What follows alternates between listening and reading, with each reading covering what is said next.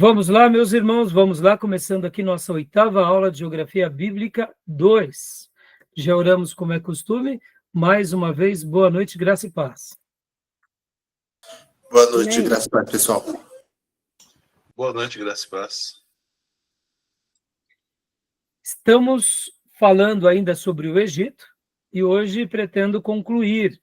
E mesmo que eu não conclua tudo que eu tenho para passar para vocês, até porque são muitos assuntos, essa será a última aula sobre esse tema, porque na terça que vem teremos a última aula baseada na última parte do livro, que é sobre o cristianismo no Ocidente, que também será uma aula muito grande, então se preparem para ela, porque logo depois virá a prova e um período curto de férias, tá bom? Então, meus irmãos, vamos lá. Quero lembrar a todos vocês que as nossas aulas são gravadas para que vocês possam estar utilizando esses vídeos depois. São gravadas também essas aulas para que os alunos em AD utilizem esse material, porque esse material fará parte do acervo, fará parte do curso, né? E também gravamos para abençoar o maior número de pessoas onde quer que essas aulas cheguem, tá bom? Meus irmãos, falando sobre o Egito, né, temos tantas coisas maravilhosas, e eu quero ler aqui com vocês um texto que está em Êxodo, capítulo de número 17, Êxodo 17,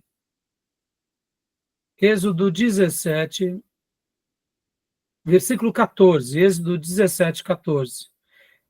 Abra a sua Bíblia, Êxodo 17, 14. Quero ler com vocês, e esse texto, inclusive, eu achei muito interessante, porque nos vídeos que eu passei para vocês, do arqueólogo e historiador Rodrigo Silva, ele menciona uma coisa muito curiosa, que é sobre as expressões idiomáticas que os egípcios falavam e que depois os hebreus acabavam utilizando também, porque fizeram parte agora do vocabulário hebreu. E ele usa ali uma explicação muito interessante, né? Mostrando, né, que isso faz parte, inclusive, da nossa cultura. Pode ver que nós aprendemos, né, muitas coisas, né, na nossa vida, e não foi diferente o povo de Deus, enquanto ele estava ali em Canaã, e depois que eles foram ali também para o Egito. Eles acabaram vivendo durante várias gerações ali, então algumas frases, alguns pensamentos fizeram parte da vida deles. Inclusive, deixa eu fazer uma pergunta aqui, estão gostando dos vídeos do Rodrigo Silva? Vocês estão achando? Pode falar. Muito bom, muito esclarecedor, né? Ele fala com propriedade, ele conhece bem sobre o tema, né? Diego, Beatriz. Pastor, está esclarecendo bastante coisa, né? Sendo muito bom. Muito top. Irmã Beatriz. Eu tenho que assistir um pouco mais, na verdade. Mas eu já vi o conteúdo e eu gosto do jeito que ele explica, é bem fácil. Joia. Irmã Elisângela, está gostando dos vídeos do Rodrigo Silva? Rapaz, boa noite. Boa noite. Tô sim, muito bom. É bem explicativo, ele explica bem, você entende. Joia. A didática dele é brilhante, né, irmãos? A didática do Rodrigo Silva é brilhante e o conhecimento dele é fantástico. Então, né, passei vários vídeos deles para vocês e estão abertos no YouTube, né? Então, eu faço as honras aqui, porque, na minha opinião, é um dos maiores arqueólogos, historiador que nós temos no Brasil. Temos outros grandes pastores e professores também que atuam no campo, alguns vídeos já passei para vocês, e temos a obra do pastor Ernesto Nini, que estamos trabalhando nela, mas percebam, irmãos, é tão bom poder aprender com essas fontes, porque a gente vê quão ricos são os assuntos. E confesso, né, falar sobre o Egito, ele acaba sendo um pouco mais complicado até mesmo do que a Mesopotâmia, porque a quantidade de achados arqueológicos é tão grande, são tantos acontecimentos, tantos registros, que mesmo que tentemos aqui fazer uma uma síntese, se torna difícil. Não é que falar da Mesopotâmia é fácil. Não, não é isso. É porque, como lá a história é mais antiga, são menos achados arqueológicos, são alguns impérios, então são cortes mais precisos, né? Já do Egito, são muitos acontecimentos, são muitas descobertas que até hoje acontece o tempo todo, até porque até isso também, né? Você pode ver que as pessoas até hoje costumam fazer muitos trabalhos de arqueologia no Egito, né? E outros países, como acontece ali na região da Mesopotâmia, está ali, né, a Síria, tá ali a Turquia, o Irã, ou seja, são países mais fechados na atualidade, e são fechados já assim, há algumas décadas. A própria Arábia Saudita. Então, se torna mais difícil a gente descobrir mais coisas. Por outro lado, quem sabe amanhã, num futuro bem próximo, tudo mude, né? Tudo mude. De repente, a Suméria vai voltar a ser, né, a grande vedete da arqueologia.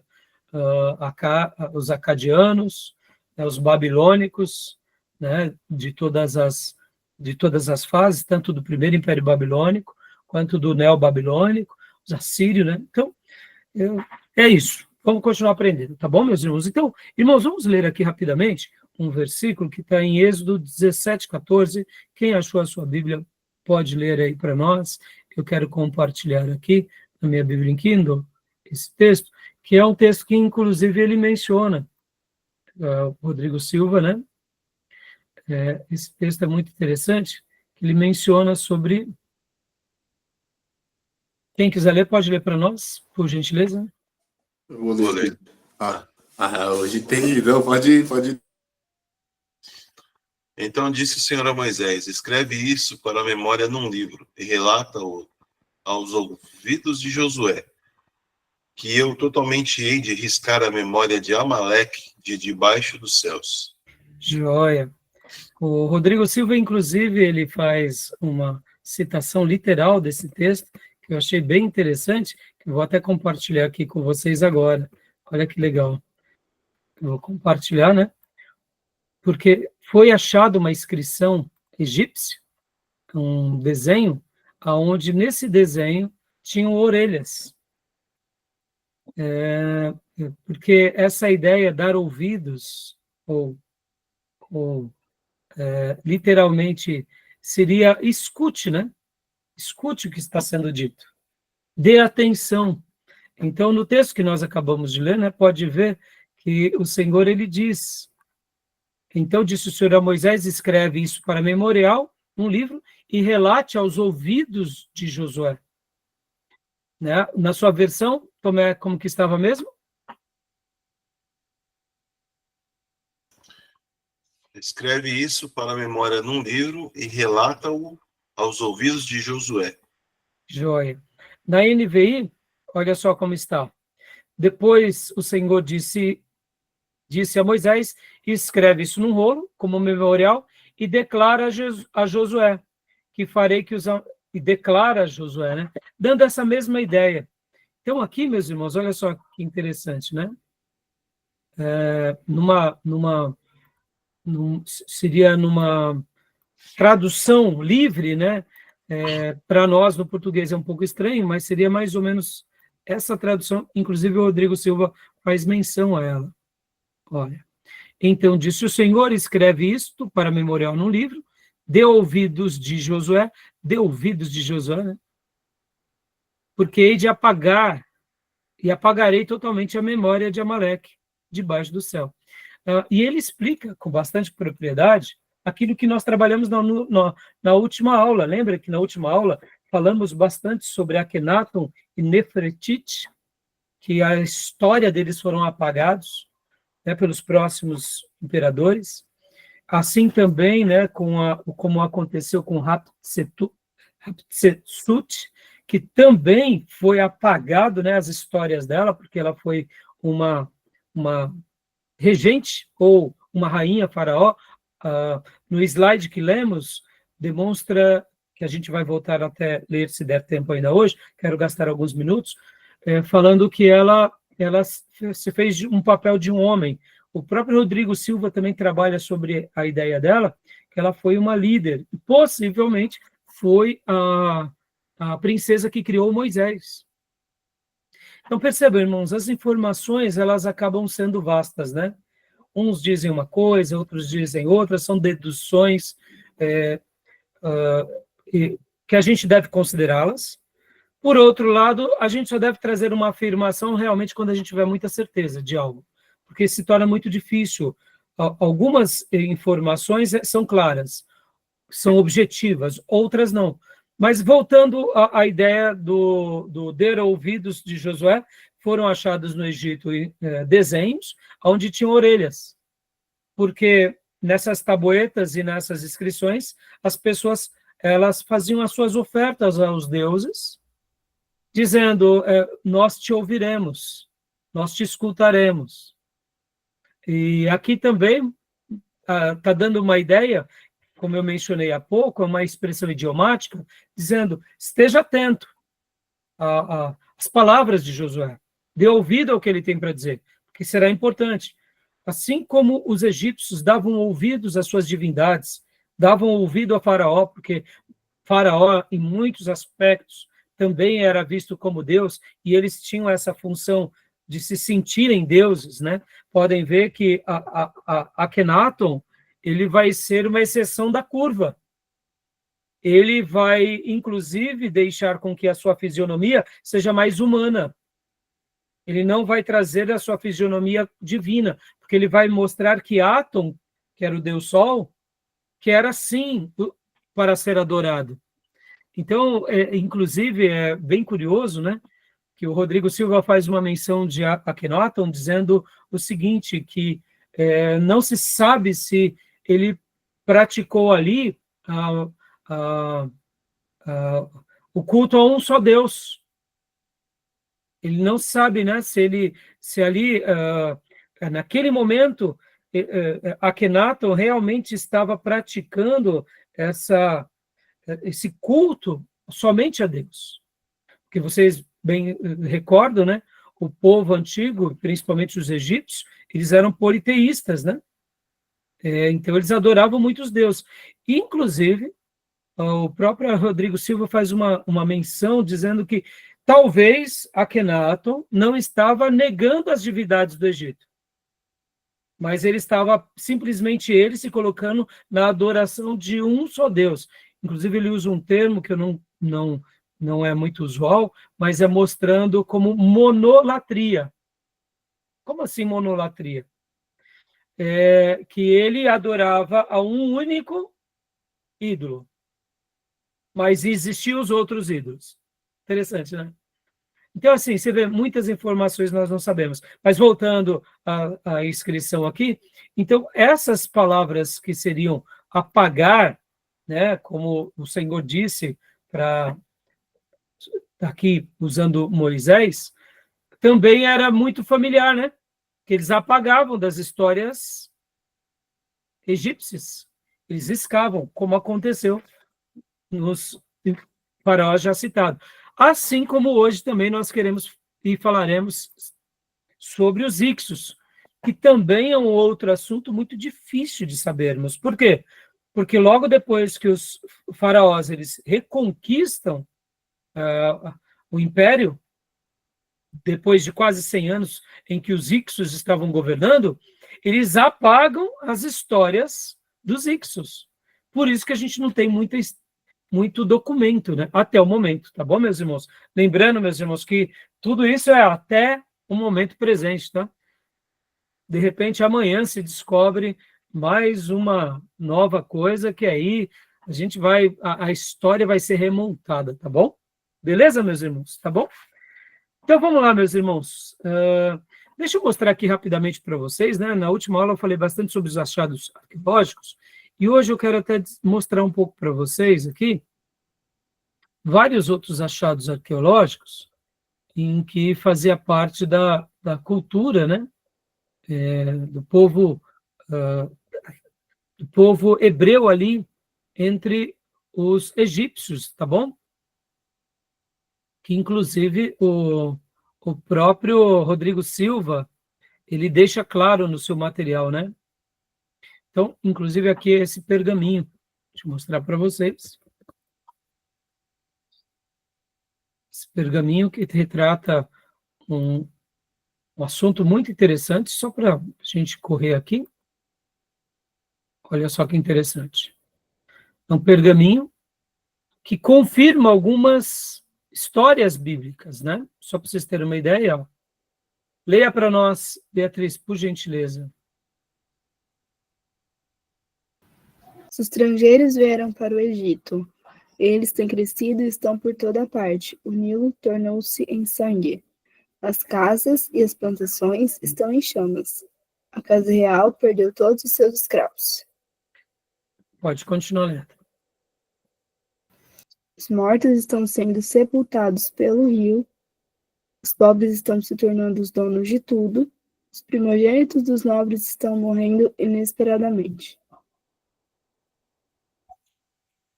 O nosso ouro está no pescoço dos escravos. O povo do oásis está indo embora e levando as provisões para o seu festival religioso. Ou seja, isso daqui foi um achado arqueológico, meus irmãos, aqui da 19ª dinastia.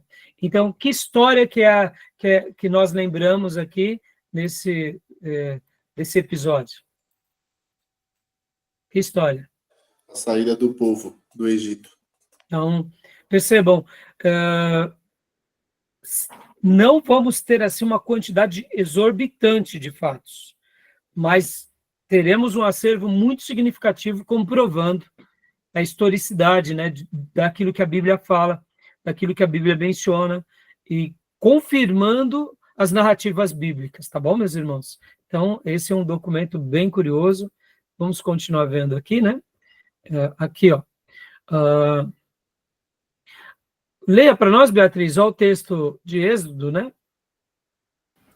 E pediram aos egípcios objetos de prata e de ouro, de modo que esses lhe davam o que pediam, e despojaram os egípcios. Êxodo 12, 35 a 36. Esse foi aquele episódio, né, um pouquinho antes, inclusive eu peguei essas imagens até dos próprios vídeos do Rodrigo Silva, por isso que estou dando aqui, né, o mérito e a fonte para que vocês possam estar vendo, porque, irmãos, realmente fascinante, né? Quando nós conhecemos a história bíblica e saber que havia um pergaminho que foi achado e que conta e relata essas histórias, confirma a veracidade do texto bíblico, tá bom?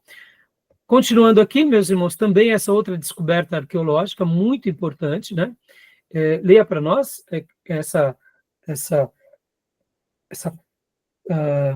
esse parágrafo, irmã Beatriz, por gentileza. Ati, o Império Hitita, está em paz. Canaã foi completamente livre de toda a maldade. Asquelon foi conquistada, Gézer foi capturada, Genoã já não existe, Israel foi destruído. Sua descendência desapareceu. Estela comemorativa de Merneptah. Que é essa daqui. Então, aqui é um registro histórico que também vai falar mais uma vez sobre Israel. Vai falar mais uma vez sobre os hititas e as conquistas dos egípcios. É óbvio que ele está falando aqui que Israel foi destruído, porque vocês vão se lembrar que também em outros episódios, principalmente ali nos dias do filho de Salomão, Jeroboão, que também tem conquista dos egípcios sobre Canaã, onde eles vão lá no Egito e eles conquistam. É óbvio, Israel o povo de Israel durou até hoje, dura, né? E existe. Mas aqui é um registro na ótica do vencedor, né? Mas é mais uma prova citando os hititas, citando Israel. Inclusive, muitos vão dizer que os ixos possivelmente poderiam ser os hititas, né? É uma outra suposição, tá bom, meus irmãos? Essa aqui é mais uma evidência arqueológica, tá? Então, continuando aqui rapidamente, né? Essa inscrição é uma inscrição que, aqui, né, esse nome seria o nome de Israel, sendo achado lá no Egito. Olha só que interessante, né, irmãos? Então, aqui é uma alusão ao povo de Israel. Por que estaria Israel lá no Egito registrado? Então, isso só prova a existência desse povo ali né, habitando naquela região. Agora, que interessante, né, irmãos? Você tem que lembrar que o nome Israel foi dado para o povo logo depois de Jacó, né? Nos dias de Abraão, que é por volta do ano 2000 a.C., não existia o povo de Israel. Era o povo hebreu.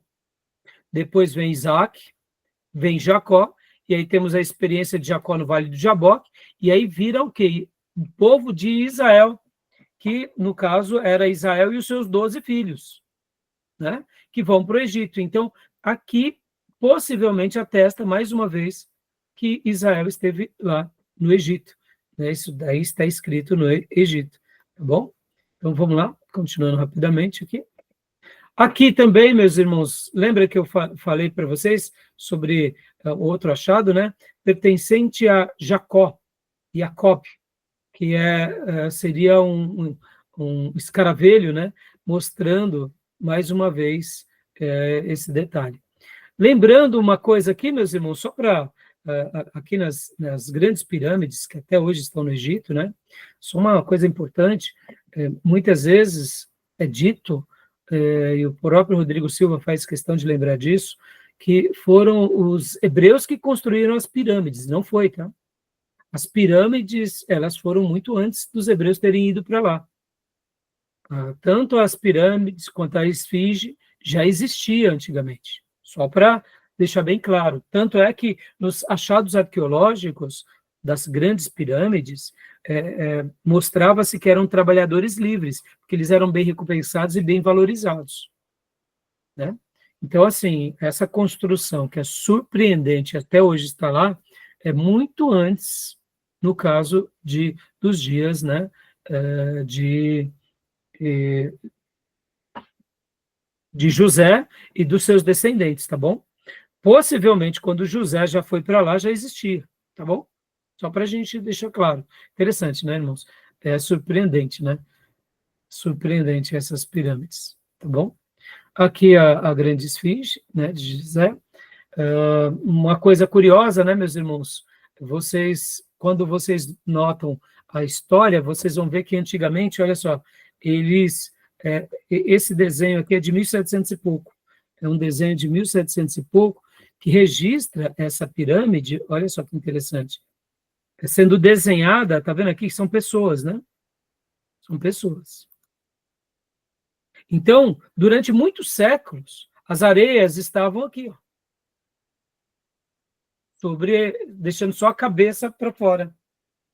E depois foi tida a ideia de ver se havia alguma coisa e começaram, então, a desenterrá-la, chegando, então, ao ponto que hoje, né, nós sabemos que é essa daqui. Aqui. Inclusive, irmãos, as datas são muito...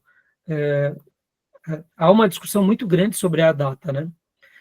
Porque há algumas erosões aqui embaixo, no pé dessa esfinge, que vai mostrar que a impressão que dá que chovia muito no Egito naqueles dias.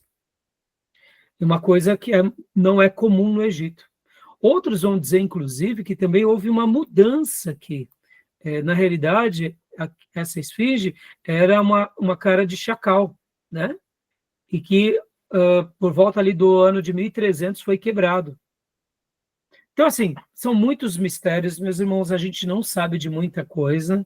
E também, segundo alguns arqueólogos historiadores, inclusive eu passei para vocês essa semana um outro vídeo do History Channel, que fala que possivelmente há outras esfinges enterradas que estão com muita terra. Então, devem existir outras esfinges também, como essa enterrada.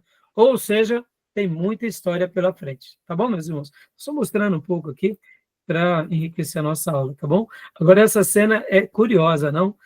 Que mostra aqui, né, as pessoas, né? Podem ver, tirando fotos, que é um desenho. Você tem que lembrar que nessa época não tinha máquina fotográfica, né? Se fazia história desse jeito, né? E é um desenho muito preciso, né? Muito interessante.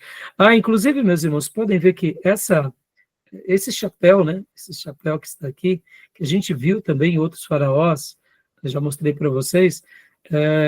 Vocês viram por que eles usavam um chapéu assim? Esse chapéu mais arqueado, mais vistoso. Sabe por quê? Não, Quem viu, quem já, já viu aí nos Eu vídeos, vi, no mas eu material? não sei se estou certo, eu não sei se está relacionado com Deus, com algum Deus deles. Então, na realidade, essa figura, né, que é aqui, ó, essa figura, esse chapéu, né, dos faraós, era para dar uma ideia. Ah, bom, o cabelo de faraó ninguém via, vocês lembram que eles rapavam as cabeças? Mas era para dar uma ideia da naja, né? Uma ideia de imponência, segundo alguns historiadores. Podem ver que todos os faraós, ou pelo menos a maioria, eles tinham, né? Essas, olha aqui, quer ver, ó? Aqui, ó. Aqui é Akhenaton também, né? Dessa ideia, né? Então, mas tem um Também. Deus deles que é uma serpente, né? A E, serpente, a Pepe. e vai ter mais coisas, né? Também vai ter sim. Então, mas é interessante, né? Você vê, irmãos, são tantas informações, né, e curiosidades, né, irmãos, que... Bom, só para a gente concluir, então, aqui as nossas informações e curiosidades, deixa eu ir aqui para as minhas últimas apresentações aqui, para a gente ir para o material que eu estou pesquisando aqui com vocês, né. Aqui é um arqueólogo muito famoso, né, irmãos, que, inclusive, dentro de todas as descobertas arqueológicas, achou ali em Tebas várias descobertas arqueológicas que confirmam, aqui seria, por exemplo, a construção de uma casa no molde das construções dos hebreus, né, com 4 cômodos, ó, tá vendo? Seria uma casa típica de hebreus. Interessante, né? Então, isso mostrando que os hebreus estiveram ali no Egito, tá? Esse achado arqueológico também aqui demonstra que essa cabeça e esses cabelos, eles eram cabelos de semitas. Possivelmente aqui é um retrato de José do Egito ou de algum outro semita, tá? E deduzem que pode ser de José, né? E porque, segundo alguns, esse mesmo historiador e arqueólogo, acharam essa tumba aqui, e dentro dessa tumba tinha, aqui pode ver que esse é um desenho muito, que você vai ver em outros lugares, seria como se fosse um sarcófago, vai ter algumas inscrições aqui, nesses desenhos, podem ver que nesse desenho aqui, as roupas são de povos diferentes. Alguns historiadores vão falar que são os hititas. Outros vão falar que são os hebreus. Ó as roupas, estão vendo? Nesse outro desenho aqui, a gente consegue enxergar um pouquinho melhor, aqui, ó, a diferença, né? A diferença deles. Podem ver que são as roupas, lembra as roupas de José do Egito, lembra? Pode ver que os egípcios têm uma cor, e eles têm outra cor, e o cabelo é diferente, né? A barba. Então, esse desenho egípcio remonta essa peregrinação, provavelmente, que aconteceu nos dias de José, quando Jacó vai com todos os seus filhos para o Egito. Então, olha só que interessante. Dentro desse sarcófago, acharam esses desenhos, irmãos. Estão vendo? Podem ver que esse é um retrato. Então, isso prova, mais uma vez, as histórias bíblicas, né? E aqui também, né, olha só, é um outro achado arqueológico muito interessante. Leia para nós, Beatriz, por gentileza.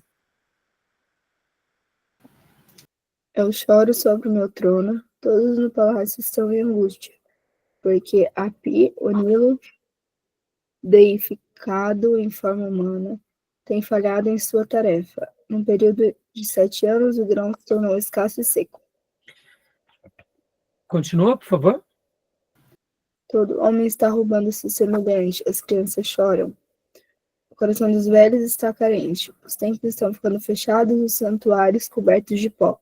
Todos estão em desgraça. Pedrada da fome. Pedra da Fome, foi esse registro aqui achado nessa grande pedra. É claro que aqui possivelmente não são os dias de José, segundo o exame do carbono 14, né?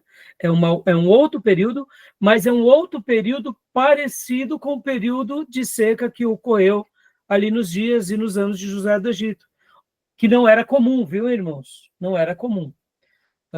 Depois eu vou passar para vocês. Eu descobri um canal no YouTube e, inclusive vou até dar o nome deles aqui para vocês. Irmãos, eu gosto de ficar ouvindo, né? Eu estava pesquisando, eu vi, são histórias do Egito, histórias da Suméria. Bom, eu deduzo de ser de Daniel Hopes, é o grande historiador que escreveu, né, grandes clássicos na história do cristianismo, mas ele também tem obras lindíssimas com relação, né, com relação à história antiga, né? E quer ver um canal do YouTube? É Histórias para Acalmar. Mas, irmãos, que delícia! Né? Histórias para Acalmar. Põe aí no YouTube, depois você fica escutando. Mas eu deduzo, porque eu estive pesquisando, né, a princípio aqui no YouTube, e ele não mostra a fonte que ele está lendo. E eu estou curioso para saber qual é essa fonte, né? Porque é um livro, dá para ver que ele está lendo algum livro. Eu deduzo ser Daniel Hopes, tá? Por que Daniel Hopes, irmãos? Quando vocês forem estudar comigo aqui, se for eu que for dar as aulas, nós estaremos estudando História Eclesiástica 1 e 2, e a gente usa muito o material do Daniel Hopes. Quem foi Daniel Hopes? Foi um escritor francês, que ele entra para a Academia Francesa de Letras, e a maneira que ele escreve, irmãos, simplesmente é um sonho de qualquer escritor. O livro dele é de uma grandeza tão genial que ele consegue colocar dados históricos, arqueológicos, fatos, mas ele escreve como se ele estivesse narrando uma novela. É fantástico. E esse material aqui, eu achei fantástico por isso. Por quê? Porque, mesmo sendo histórias para dormir, ele está ali contando a história da Mesopotâmia, agora do Egito. Hoje, por exemplo, eu estava ouvindo parte desse texto dele e fiquei encantado, né? Que o Egito, de uma forma geral, ele foi construído ao longo desses séculos e milênios por um tipo de cultura muito peculiar, porque eles tinham o sol, eles tinham as estrelas, eles tinham o deserto, e vocês sabem que, para eles, a leitura das estrelas e do sol era tudo em determinada época do ano. Então, eles se tornaram tão eles fizeram ali do seu terreno, da sua cultura, do seu espaço, algo aonde eles aprenderam. Eles aprenderam com o Nilo, eles aprenderam com as estações. Então, nesse vídeo, foi uma delícia. Então, só voltando aqui, peguei um atalho, mas deixa eu voltar. Então, o Egito não era comum ter muitas secas imensas. Até alguns estudiosos mais recentes que eles vão mostrar um pouco sobre isso, sobre a questão das secas do Egito. Porque o Egito, ele segue literalmente aquele reloginho que nós aprendemos nas primeiras aulas, né? Período das chuvas, período das enchentes, período das estiagens, do plantio, e o período das colheitas, né? É um reloginho. Então, aqui, nesse desenho que a gente acabou de ver, e nesse texto, era o texto, né, da Pedra da Fome, que é essa pedra que acabamos de ver, que registra isso. Tá bom, meus irmãos? E aqui, né, como eu mencionei para vocês, mostrando, né, mais uma vez aquele episódio que foi encontrado aqui, nesse lugar, que possivelmente deve ter sido, quem sabe, o lugar onde foi enterrado José do Egito. Deve ter sido, porque tinham essas inscrições lá. Tá bom, meus irmãos? E por último aqui, meus irmãos, mais esses outros achados arqueológicos que aqui registram um outro povo que também invade o Egito, que seriam, né, aqui dentro dessa construção, que seriam os filisteus, como eu mencionei nas aulas passadas, em que um faraó acaba mandando eles embora, e depois que eles vão embora, eles acabam indo lá para a região onde nós sabemos que é a região de Canaã, e lá se estabelecem, tá bom? Aqui é um outro lugar onde se colocavam, seriam como se fosse um sarcófago, né, gigante, um dos mais preservados, que nós entendemos que é de Sut, um nome difícil de falar, né? Que possivelmente foi a princesa que queria Faraó, que queria Moisés, né? Então se deduz que deve ter sido ela que criou. Logo depois que Moisés vai para o deserto de Midian, ela morre, e aí começa toda a história. Quando ele regressa, ela já está morta. Talvez também por essa razão, ela também, como ela fez esse papel, né, de ser uma esposa real e regente ou rainha faraó do Antigo Egito, a história dela foi apagada, né, por Tutmés III, tá bom? Possivelmente por vingança. Quem sabe pelo episódio do Êxodo, tá bom, meus irmãos? Nós não sabemos, tá? Tá bom, meus irmãos? Joia? Tudo bem até aí? Alguma pergunta? Não? Meus irmãos, então vamos aqui para uma outra coisa que nós não tínhamos acabado, né? Eu lembro que nós, enquanto na última aula, eu acabei não passando para vocês aqui esse material. Eu queria hoje passar para vocês, que é o material, né, esse material aqui. Deixa eu tentar compartilhar, não sei porque não estou conseguindo. Aqui, pronto. Estão vendo? Tudo bem? Opa, não deu. Não estou conseguindo compartilhar. Só um segundinho. Deixa eu só fechar aqui. O mapa mental. A última aula a gente trabalhou bastante sobre o mapa mental. A penúltima aula, né? E nós não terminamos o mapa mental. Então, onde está? Aqui. Agora sim. Olha lá. Mapa mental. Nós tínhamos parado aqui, na proteção, né? Que o Egito ele servia como um meio de... ele tinha as suas proteções naturais, né? Então, vamos continuar lendo aqui rapidamente. Leia para nós, Diego, por gentileza, aqui. Sociedade. Estou utilizando agora o material também do capítulo sobre o Egito, aqui no material Notebook LM, né, irmãos? Que ele faz aquele mapa mental, a síntese do livro, tá bom? Lê para nós, Diego, por gentileza, aqui a sociedade, rapidamente. Classes sociais. Riqueza e pobreza, média nominal. Classes altas. Vida luxuosa, Del El Amarna. Pobres, não mendigos, trabalhos incessantes. Trabalhador do campo. Vida mais precária. Rudes, choupanas. Objetivo das classes superiores. Figura social, sucesso, túmulo imponente. Então, aqui, quando a gente fala um pouco sobre a sociedade do Egito, irmãos, a gente tem que lembrar que lá tinha, né, como em qualquer cultura, em qualquer império, riquezas e pobrezas, né? Mas, só para vocês terem uma ideia aqui, essa questão da vida luxuosa, né? A gente vai ver jardins, salões, murais, varandas, banheiros com água corrente, passeios no Nilo, caça, pesca, vinhos finíssimos, banquete, música e dança. Ou seja, havia, sim, né, um grupo muito mais elitizado, mas a gente tem que saber que lá também tinham muitos trabalhadores. Então, os pobres eram pobres, mas não eram mendigos, né? Ó, alimentação farta, bebida, vestes, casas confortáveis, festas, as expensas públicas, e aqui nos faz lembrar a reclamação do próprio hebreu, né? Porque quando eles saem do Egito, eles dizem, ó, que saudade nós temos das cebolas. Então, mesmo como escravos, eles comiam bem, né? Era um império que, durante aquele período, teve o sistema escravocrata, mas eles sabiam que, como diz o provérbio popular, né, saco vazio não para em pé.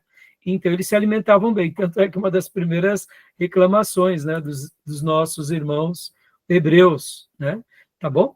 Então, assim, claro que, só para vocês terem noção de algo muito importante também, assim como eles tinham uma vida muito, vamos dizer assim, tecnológica, né? Eles acabavam desfrutando de muitas coisas na agricultura, na arquitetura, não era todo mundo que sabia ler e escrever, era por volta de 1% da população apenas que sabia ler e escrever. Tanto é que quem soubesse ler e escrever, em alguns períodos, em algumas dinastias, eles não precisavam nem pagar impostos. Por quê? Porque eles acabavam sendo pessoas muito importantes e influentes daquela sociedade, né? Então, assim, não significa que todos sabiam ler e escrever, mas você vê que, mesmo que não soubessem todos ler e escrever, todos eram abençoados por meio daquilo. Olha como eles eram, vamos falar aqui, né, irmãos? Como os faraós, vamos chamar os reis do Egito, eles tinham cuidado com o seu povo, né? Mesmo que não fosse alfabetizado, eles também desfrutavam de certas benesses, né? Tá bom? A família, vamos dar uma pincelada rápida aqui, rapidamente, porque eu quero gastar mais um tempo com vocês aqui no livro texto. Leia para nós, Diego, por gentileza, a família do Egito. Poligamia permitida, valor grande à família, mulher tratada com respeito, filhos educados e orientados, lar integrado e unido. Olha, pastor, mas se eles não eram todos que sabiam ler e escrever, sim, mas isso não quer dizer que eles tinham famílias fragmentadas, famílias fracas. E aqui também, né, irmãos, mais uma informação. A gente não pode dizer que foi assim no Egito sempre, né? Essas estimativas e essas estatísticas, elas variam. Vocês lembram que na última aula a gente falou sobre sai do hierogrifo, depois vai para uma nova língua cursiva, egípcia, ou seja, vai tendo seus desenvolvimentos. Naturalmente, é óbvio que aí a alfabetização vai se tornando mais acessível a todos. Uma coisa é fato, a família para os egípcios, ela era muito importante, já eu quero ler aqui com vocês. Então, uma das coisas que de tudo que eu falar aqui para vocês na aula sobre o Egito, eu gostaria que destacasse uma coisa. Para o egípcio, a família era uma das coisas mais importantes. Então, guardem isso. Essa informação ela vai ser muito importante, tá bom? Já a gente vai para o livro texto, eu separei um artigo para a gente ler juntos, tá bom? Então, a religião, a gente já viu bastante, né? Mas leia para nós aqui, Diego, mais uma vez, né? A religião. Pode ler, Diego. Por favor.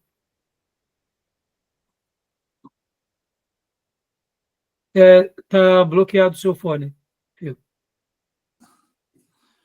Politeísta. Acompanhou a evolução política. Cidades-estados com deuses prediletos.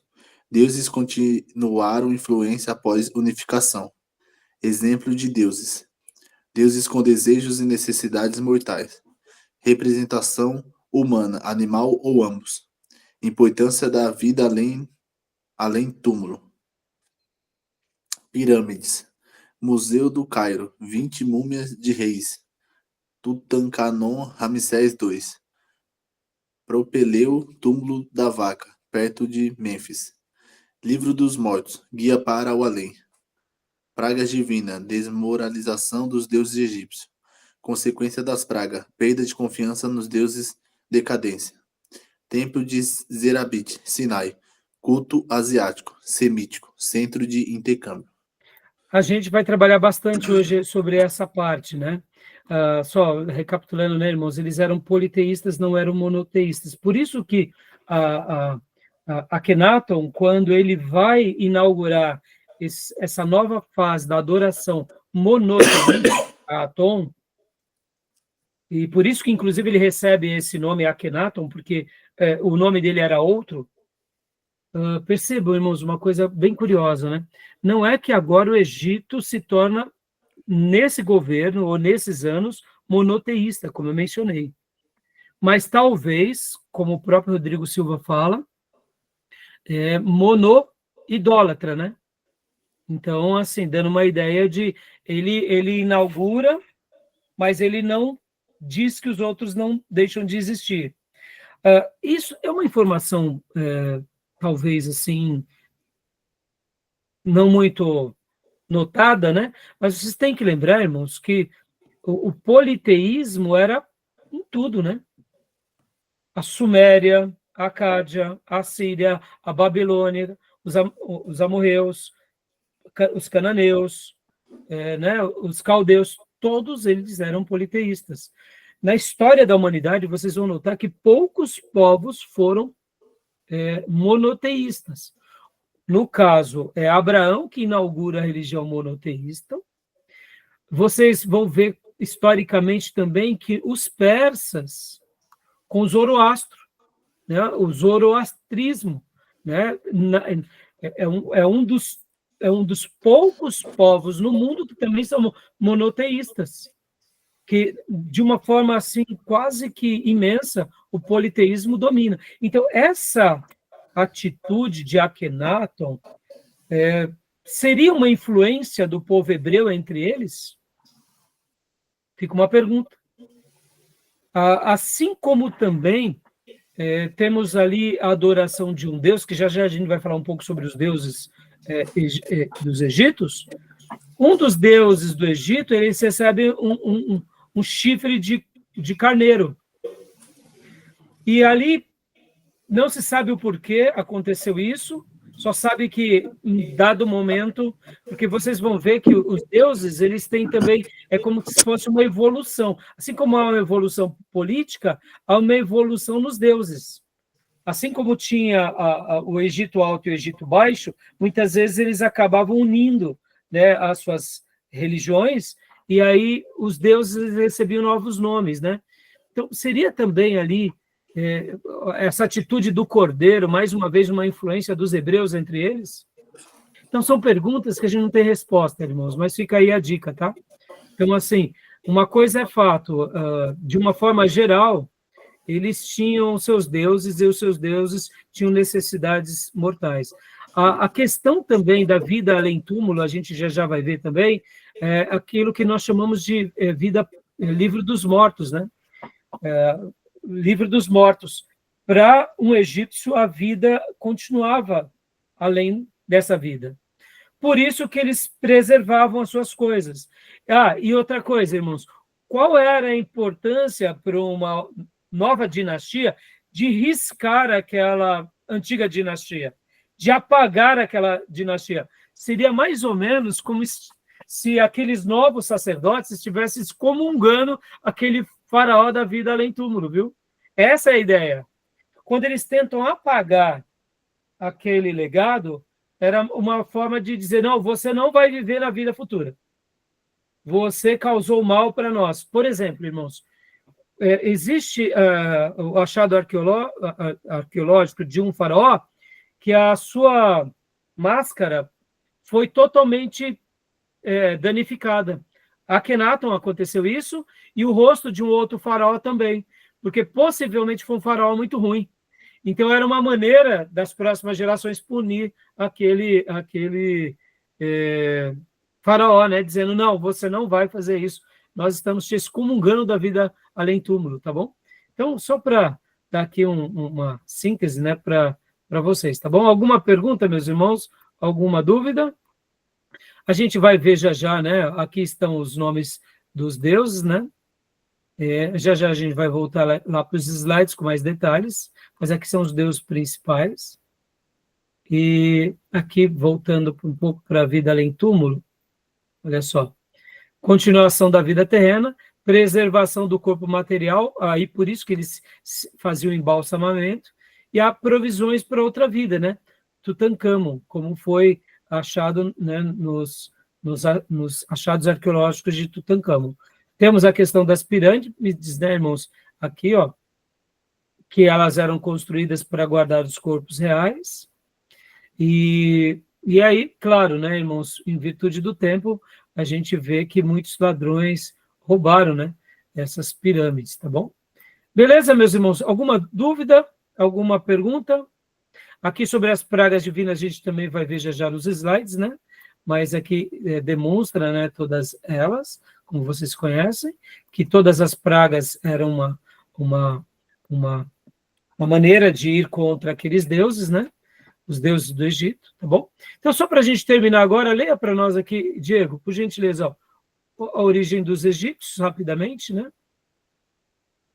Não, a gente já fez isso, a origem dos egípcios a gente já viu. Então, escrita, literatura, cronologia, os Ixos. Só leia aqui para nós a cronologia. Bom, a cronologia está uma síntese aqui, tá, irmãos? Então, ele começa aqui no pré-histórico, por volta do ano 5.500, segundo o pastor Ernesto Tonini. Aí vem aqui o período tinita, 3.300 a 2.700. Aqui é onde começa a primeira dinastia, ou seja, a unificação, porque aqui nesse pré-histórico seriam as cidades do Egito Alto e do Egito Baixo, tá, irmãos? Lembrando, né, desses detalhes, tá? Então, aqui ainda não é o Egito unificado. Aqui começa, por volta do ano 3000, o Egito unificado com a primeira dinastia. Aí temos, né, várias dinastias, lembrando que também eles tiveram algumas crises. Pode ver aqui, no Império Médio, 2000 a 1700, a gente vê uma nova unificação, ou seja, um outro período de glória. Aqui também, um segundo período intermediário, que é aqui onde entra um período sombrio, que é o os Ixos, que a gente vai comentar ainda hoje, né? E vai tendo toda essa cronologia, como está traçada no livro, tá bom? E o último aqui, para a gente encerrar, esse mapa mental, os Ixos. Leia para nós, irmão Diego, por gentileza. Período contraditório na história egípcia. Termo Ixo, Maneto, Rekarhashi. Não precisa citar, era o nome. Maneto era um escritor grego que vai escrever sobre era um escritor que escreve a história, né, dos egípcios, está escrito em grego, e aí ele usa o nome Ixo, né, irmãos? Mas até mesmo essa expressão, ela acaba tendo muito debate, tá, irmãos? Então, Significado original: soberano dos estrangeiros. Reaparecimento do termo no século XIX. Origem: diversas opiniões: fenícios, árabes, semitas, asiáticos. Morte Pirma: povo setentrional, Síria, passou por Canaã. Fusão de populações asiáticas, semítica e indo-europeias. Designações egípcias: incluía Abri, apresentado aos hebreus primitivos. Deslocamento devido a hititas e uritas. Então, aqui são as deduções, as origens mais prováveis. Percebam, irmãos, olha. Então, tem laços semíticos, indo-europeus, aqui na região da Síria. Por isso que muitos vão até atribuir que também, deslocamento devido a hititas e uritas. Uns vão falar que os poderiam ser hititas, tá, irmãos? Pode ver que aqui, moravam sobre a areia, nômades do deserto, era assim que haviam as designações sobre os hititas. Até mesmo esse nome Ixo é um pouco questionável, tá? Tempo de dominação dos Ixos, né? Olha aqui. Pode ler, Diego? Opiniões variadas. Fim do século XVIII a.C. 1900 a 2000 a.C., 1785 a 1603 a.C. Período das dinastias 15, 6 reis, e 16, 9 reis. Permanência, pouco mais de um século, aproximadamente 108 anos. Ocorreu em decadência egípcia. Em um breve resumo, a gente ainda já vai ler mais algo sobre ele, mas aqui, por que as opiniões são distintas, irmãos? Porque não se sabe direito, já que foram apagados durante esses 108 anos que eles governaram sobre o Egito. Muitas coisas eles fizeram, muitos registros eles deixaram, mas depois que os próprios egípcios assumiram o império, apagaram tudo deles, porque não queriam deixar com que um povo estrangeiro dominasse o seu povo. Logo, então a gente perde muita coisa. Como eles conseguem invadir o Egito? É um outro mistério também. Uns vão dizer que foi de forma pacífica, outros vão dizer que não, que foram entrando aos poucos, assim como os filisteus. Quando os próprios egípcios estavam nas suas crises, eles foram lá e dominaram, já que eles tinham algumas tecnologias que os egípcios não conseguiam contra elas, tá? Como é o caso do carro de guerra e o arco duplo, tá bom? Então, só para a gente encerrar agora, aqui, joia, né? Então, deixa eu ver. A expulsão dos Ixos, Bom, não, vamos ler aqui só a consequência de Ixo para Israel, só essa última parte.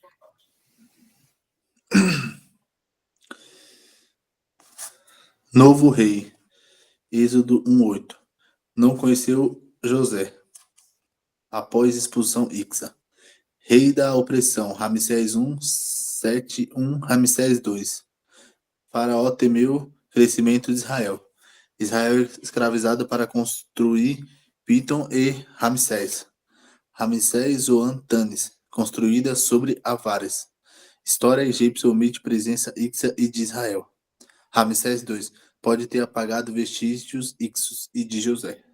Porque, como nós já mencionamos, né, meus irmãos, como a gente acabou de mencionar, assim como os Ixos foram um povo que causou uma certa, abre aspas, humilhação para a história dos próprios faraós e egípcios, porque um outro povo vieram dominar os egípcios, Israel também acaba sendo aquilo que eu mencionei na última aula, um povo que também causa sobre Israel e os deuses egípcios uma grande humilhação.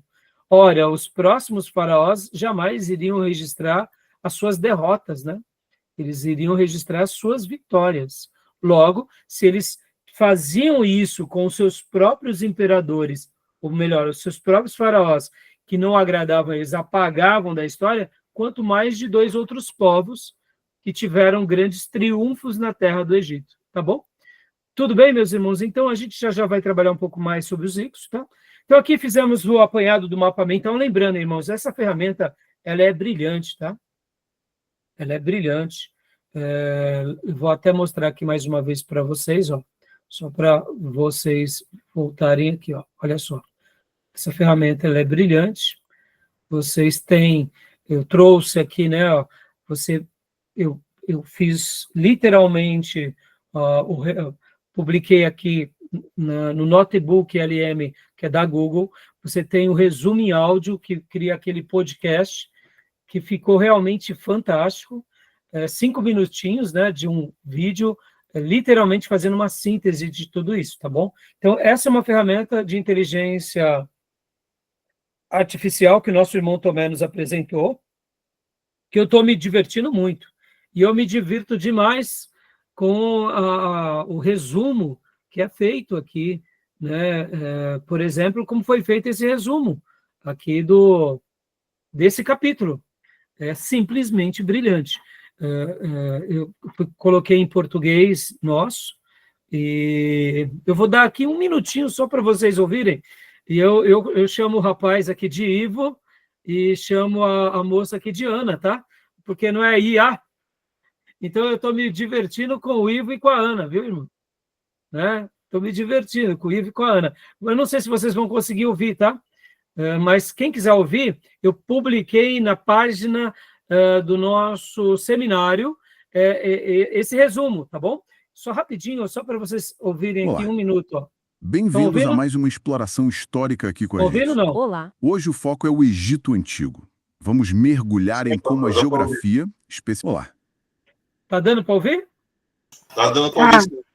Então, Tomé, mais uma vez, muito obrigado. Merece mais do que um ponto, porque eu estou me divertindo. Irmãos, ele faz sínteses de vídeo, as minhas mensagens, por exemplo, meus irmãos. Eu fico impressionado porque eles criam mapa mental, resumo. Eu fico assim, dando risada. E aí vem o Ivo e vem a Ana e ainda faz essa interação, né? E é muito legal. Inclusive, eu tenho publicado nas minhas páginas do Spotify esse resumo da minha mensagem, ponho lá, inteligência artificial, Notebook LM, né? Aqui eu estou brincando, chamando ele de Ivo e de Ana, porque olha só, vamos ouvir só mais um minutinho o Ivo e a Ana. Olha lá.